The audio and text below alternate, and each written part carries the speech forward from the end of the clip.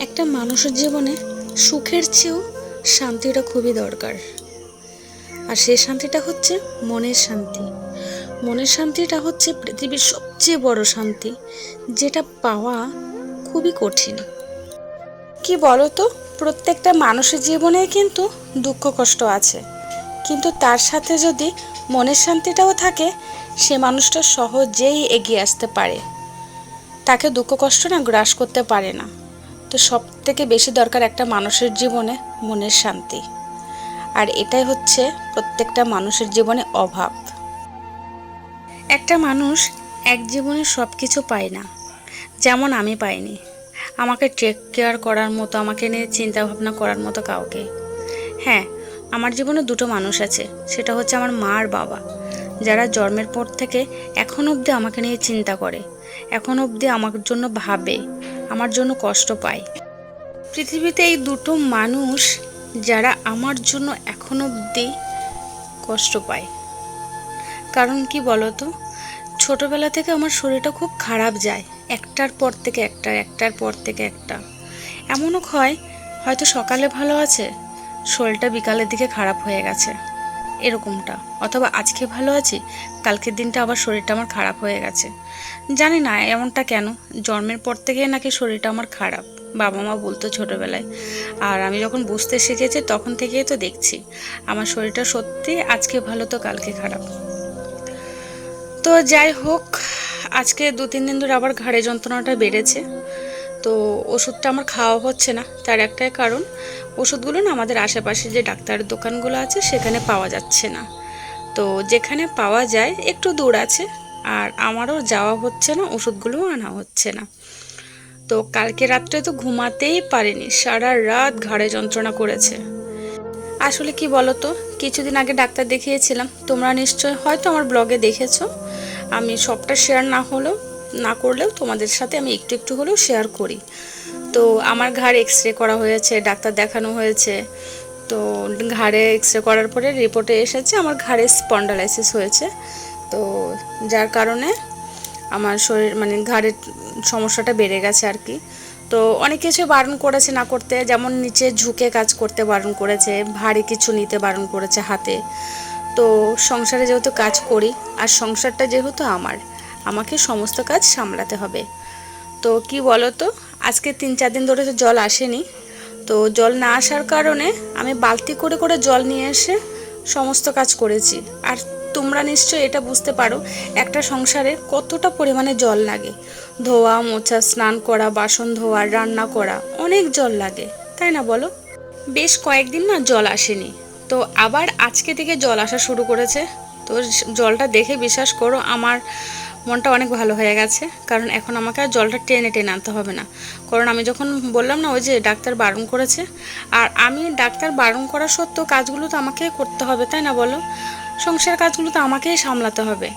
তো কিছু করার নেই, কিন্তু আমার খুব কষ্ট হয় যখন আমি 2 হাতে ভারী কিছু নিয়ে আসি না, তখন আমার 2 ঘাড়ে না মনে হয় টেনে ছিঁড়ে যাচ্ছে। তো এতটাই কষ্ট হয়। তো যাই হোক, শরীরে কষ্ট থাক আর যাই থাক, ঘরের কাজগুলো কিন্তু পরপর আমাকে গুছিয়ে করতে হবে। কারণ আমি যদি কাজগুলো না করি, আমার ওই যে ঘরের অবস্থা খুব খারাপ হবে, যেহেতু আর কেউ নেই। হ্যাঁ, এই জায়গায় কিন্তু একজনের কথা আমার খুব মনে পড়ে, সেটা হচ্ছে আমার মা। যদি আমার মা থাকতো, আমাকে কখনোই এই যে শরীর খারাপ আমাকে একটা কাজও করতে দিত না। কিন্তু সব কিছু চাইলে তো সবসময় পাওয়া যায় না। তো ঠাকুরের কাছে আমার এটাই চাওয়া, ঈশ্বর যেন আমার বাবা মাকে তাড়াতাড়ি আমার কাছে এনে দেয়, আমি যেন ওদের সাথে ভালোভাবে থাকতে পারি, এটুকুই আশা। তো যাই হোক, শুভ সকাল সবাইকে। সবাই কেমন আছো? আশা করছি সবাই ভালো আছো, সুস্থ আছো। তো কে কোথায় থেকে আমার ব্লগটা দেখছো প্লিজ কমেন্টে জানিও। আর আজকের ব্লগটা কিন্তু আমি একটু লেট করে শুরু করেছি, কারণ সকালে ঘুম থেকে উঠেছে 5টার সময়, উঠে সমস্ত কাজ করে মেয়েকে খাইয়ে দিয়ে স্কুলে পাঠিয়ে দিয়েছি। যাওয়ার পরে না আমি বাসি কাজগুলো করে আবার শুয়ে পড়েছি, বিছানাটা গোছাইনি, শুয়ে পড়েছি, কারণ ওই যে ঘাড়ে যন্ত্রণা করছিল খুব। তো মেয়ে আমার স্কুল থেকে চলেও এসেছে, কারণ এখন তো মর্নিং স্কুল, আর 10টার মধ্যে ছুটি হয়ে যায়। তো মেয়ে স্নান করে নিয়েছে, আমিও আমার কাজগুলো টুকটাক করে করে নিয়েছি। সকালে একটু সুজি রান্না করেছি, দুধ একটু বাদাম টাদাম দিয়ে। তো দুজনে সুজিটা খেয়ে নিয়েছি, খেয়ে সোজা চলে গেছি বাজারে, কারণ মাসের বাজার না আমার শেষ হয়ে গেছে। তো এদিকে চাল নেই, কি রান্না করব। শরীরে যতই খারাপ থাকুক না কেন, সংসারের কাজগুলো কিন্তু তোমার সংসারের কাজ তোমাকেই করতে হবে। তো সকালে এতটা ঘাড়ি যন্ত্রণা থাকা সত্ত্বেও সারা রাত কিন্তু ঘুমাতে পারিনি। তো তারপরেও এই কাজগুলো কিন্তু আমারই কাজ, আমাকেই করতে হবে। মাসের বাজারটা শেষ হয়েছে কিন্তু কয়েকদিন হয়েছে, কিন্তু যাবো যাবো করে যাওয়া হচ্ছে না। তো আজকে গিয়ে মাসের বাজারগুলো লিস্ট ধরে যা যা প্রয়োজন নিয়ে এসেছি। আর আসার সময় একটা ঠান্ডা নিয়ে এসেছিলাম। কি বলো তো, আমি দোকানে গেছে অনেকক্ষণ হয়েছে, আর গরমে পুরো আমার গলা শুকিয়ে গেছে। ইচ্ছে করছিল একটু ঠান্ডা জল খাই। তো ঠান্ডা জল খাওয়ার তো আর উপায় নেই, কারণ ফ্রিজ বা কিছুই নেই আমাদের। তো সেজন্য কি করেছি, একটা ঠান্ডা নিয়ে এসেছি, নিয়ে মনার আমি দুজনে মিলে খেলাম। তো বন্ধুরা, আজকে মাসের বাজার করে এসেছি। তো এখনো মাস শেষ হওয়ার কয়েকদিন বাকি। তো তারপরে সব কিছু কিন্তু শেষ হয়ে গেছে, যেহেতু আগের মাসে অল্প অল্প করে কেনা ছিল, তাই আজকে অল্প করে মাসের বাজার করে নিয়ে এসেছি। তো চলো কি কি এনেছি সেটা তোমাদের সাথে দেখাই। মুড়ি এনেছি এক প্যাকেট হয়ে যাবে, কারণ কয়েকদিন আগে এক প্যাকেট এনেছি।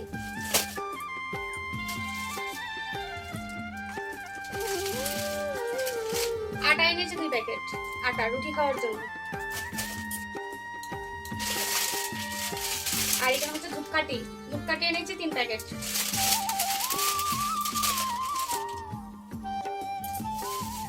ঠাকুরের সলতে এনেছি, প্রদীপের সলতে। যাই হোক, ঠাকুরের প্রদীপের সলতে বলবা তো বলবো। আর যে শ্যাম্পু এনেছি, শ্যাম্পু শেষ হয়ে গেছে, শ্যাম্পু নিয়ে এসেছি। আর এখানে হচ্ছে বাতাসা, ঠাকুরের বাতাসা। মানে ঠাকুর জিনিসগুলো আগে রেখে আসো, এখান থেকে সরান পেঁয়াজ রসুন বের করবো না। ঠাকুর প্রদীপের সলতে আর এই দুধ পাতির 3টে জিনিস তুমি রেখে আসো আগে।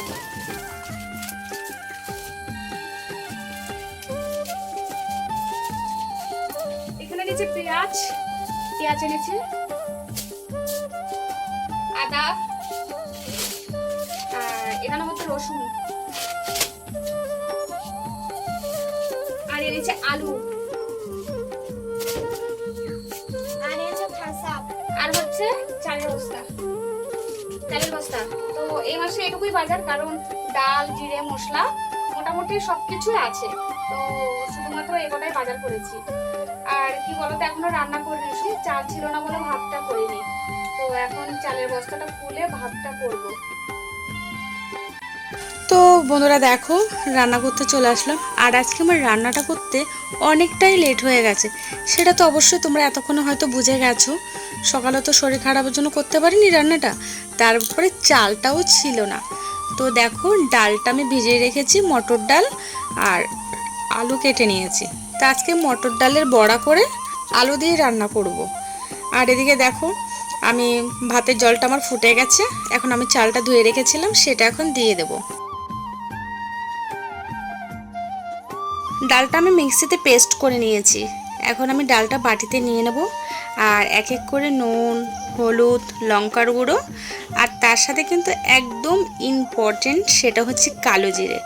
আমার না এই যে ডালের বড়া, মটর ডালের বড়া যখনই করি আমি কিন্তু কালো জিরেটা অবশ্যই দিই। কালো জিরের যে ফ্লেভারটা না, ওটাও মানে খুবই ভালো লাগে। আর যখন মুখে পড়ে খাওয়ার সময়, তখনও বিশ্বাস করো খুবই ভালো লাগে। তো যাই হোক, আমি বড়াটাকে মেখে, আর হ্যাঁ, একটুখানি কিন্তু আমি চিনি দিয়েছি, একদম 1 চিমটি চিনি দিয়েছি। এটা দিয়ে তোমরা অবশ্যই দেখতে পারো, ডালের বড়াটা খেতে অনেক ভালো লাগবে। তো যাই হোক, মেখে আমি কিছুক্ষণ রেখেছিলাম, রাখার পর এখন ডালের বড়াটা দিকে আমি ভাজতে দেবো। আর এদিকে আরেকটা রান্না করব আজকে, সরি রান্না না, এটা আরেকটা বড়া করব। সেটা তো দেখে বুঝতে পারছো, উচ্ছে পাতা। তো উচ্ছে পাতাটা না আমার মাঝে মধ্যে খাওয়াটা মানে তোমরাই জানো, তেতো খাওয়াটা মাঝে মধ্যে ভালো, কিন্তু মেয়ে আমার একদমই খেতে চায় না। তো ওকে যাই হোক আজকে বড়াটা করব, আমি তো খাবোই অবশ্যই, তো ওকে একটু বকে ঝোঁকে খাওয়াবো। তো আমিও যে ডালের বড়াটা করেছিলাম, একটুখানি ডাল আমি রেখে দিয়েছি, ডাল বাটা। তো এই যে উচ্ছে পাতাটা ভালো করে আমি ধুয়ে নিয়ে এসে ছুরি দিয়ে কুচি কুচি করে নিয়েছি। নিয়ে দেখো, এদিকে আমার ডাল ভাজাটা হয়ে গেছে, এটা নামিয়ে নেব। তো আগে ডালের তরকারিটা আমি করে নেব। আর ওদিকে আমি উচ্ছে পাতাটা নুন লঙ্কা হলুদ দিয়ে মাখিয়ে রেখে দিয়েছি। তো এখন ডালের তরকারিটা আগে করে নেব। তো এদিকে দেখো আমি তেলের মধ্যে লঙ্কা ফোড়ন, একটু দারচিনি, এলাচ আর একটু জিরে ফোড়ন দিয়ে আমি আলুটা দিয়ে দিয়েছি। দিয়ে এবার আলুর মধ্যে নুনটা দিয়ে ভালো করে কষিয়ে একবারে রান্নাটা করে নিয়েছি। ডালের বড়া দিয়ে আলুর তরকারি। এই তরকারিটা আমার খেতে ভালো লাগে, তো খেতেও সত্যি খুবই ভালো হয়। যারা যারা ডালের বড়ার তরকারি খায় তারা তো অবশ্যই জানো, সেটা আর বলার দরকার পড়ে না। তো যে বলেছিলাম না আমি যে ডাল বাটা রেখেছিলাম, সেই ডাল বাটা আর এই যে উচ্ছে পাতাগুলো একটু নুন লঙ্কা হলুদ সমস্ত কিছু দিয়ে আমি ভালো করে মাখিয়ে বড়া করে নেব। চলো আজকের রান্নাবান্না কিন্তু এখানেই শেষ। এবার ভাতটা বেড়ে নেবো। আর আজকে কী কী রান্না করেছে সেটা তো অবশ্যই তোমরা জানো। আজকে উচ্ছে পাতার বড়া করেছি আর ডালের বড়া দিয়ে আলু দিয়ে রান্না করেছি। তো চলো দুপুরের খাওয়া দাওয়াটা শেষ করে নিই। এবারে সন্ধ্যাবেলা চলে এসেছি। তো কি বলো তো, আজকে সন্ধ্যাবেলা না একটু অন্যরকম কিছু খেতে ইচ্ছে করছিল। যদিও বা চানাচুর ছিল, তো মুড়ি চানাচুর মাখা তো অনেকবার খেয়েছি। তো আজকে সেই ছোটোবেলার কথা মনে পড়ে গেল, যখন বাড়িতে কিছু থাকতো না, তো তখন মাকে করতো পেঁয়াজ, একটুখানি রসুন আর কাঁচা লঙ্কা দিয়ে এভাবে না মুড়ি ভেজে দিত সর্ষের তেল দিয়ে। খেতে কিন্তু সত্যি বলছি, তোমরা কিন্তু খেয়ে দেখতে পারো। একটু ধীমে ধীমে আঁচে করতে হবে, তো খুবই ভালো হয় খেতে। তো মনা তো খেতেই চাচ্ছিল না, মনাকে খাইয়ে দিলাম যে একটু খেয়ে দেখো। আর আসলে কি বলো তো, ও না আমার উপর একটু রেগে আছে, কারণ ও আজকে ফুচকা খেতে চেয়েছিল আর আমি ফুচকাটা এনে দিই নাই, তো সেজন্য একটু রেগে আছে। তো চলো, আমি তো সন্ধ্যাবেলা মুড়ি ভাজা খাচ্ছি আর মেয়ে আমার ওখানে পড়তে বসেছে। তারপরে পড়া কমপ্লিট করে নাচ প্র্যাকটিস করছে। ওর সামনে আবার পরীক্ষা আছে 7 তারিখে, তো সেজন্য নাচ প্র্যাকটিস হচ্ছে। কিছুদিন আগে যে পরীক্ষাটা দিয়েছিল সেটা হচ্ছে তালিমের পরীক্ষা, আর সামনে 7 তারিখে যে পরীক্ষাটা আছে সেটা হচ্ছে রবীন্দ্র নৃত্যের উপরে পরীক্ষা। তো সেটাও শান্তিপুরে। তো অবশ্যই তোমাদের সাথে সেটা শেয়ার করব যে কেমন পরীক্ষা দিচ্ছে, কোথায় পরীক্ষা দিচ্ছে, তারপরে ওর যে সাজটা সেটা অবশ্যই তোমাদের সাথে শেয়ার করব। দেখো মনাকে ভাত দিয়ে দিয়েছি আর আমিও খেয়ে নেব। আর রাত্রে তো আর কিছু রান্না করিনি, দুপুরের যে তরকারিটা সেটাই, কারণ মনা আর আমি দুজন মানুষ, একবেলা রান্না করলে আমাদের দুবেলা হয়ে যায়। তো রাতের খাওয়া দাওয়া করে মশারি টশারি টাঙিয়ে নিলাম। তো এখন ঘুমাবো। তো মনাকে বললাম তুমি আগে ওঠো, আমি বাইরে লাইটটা অফ করে নিই। তো বন্ধুরা চলো আজকে ভিডিওটা এখানেই শেষ করি। আর হ্যাঁ, ব্লগটা কেমন হয়েছে অবশ্যই কমেন্টে জানিও। তো সবাই ভালো থেকো, সুস্থ থেকো। দেখা হবে নতুন আরেকটি ভিডিওতে। তো সকলকে গুড নাইট।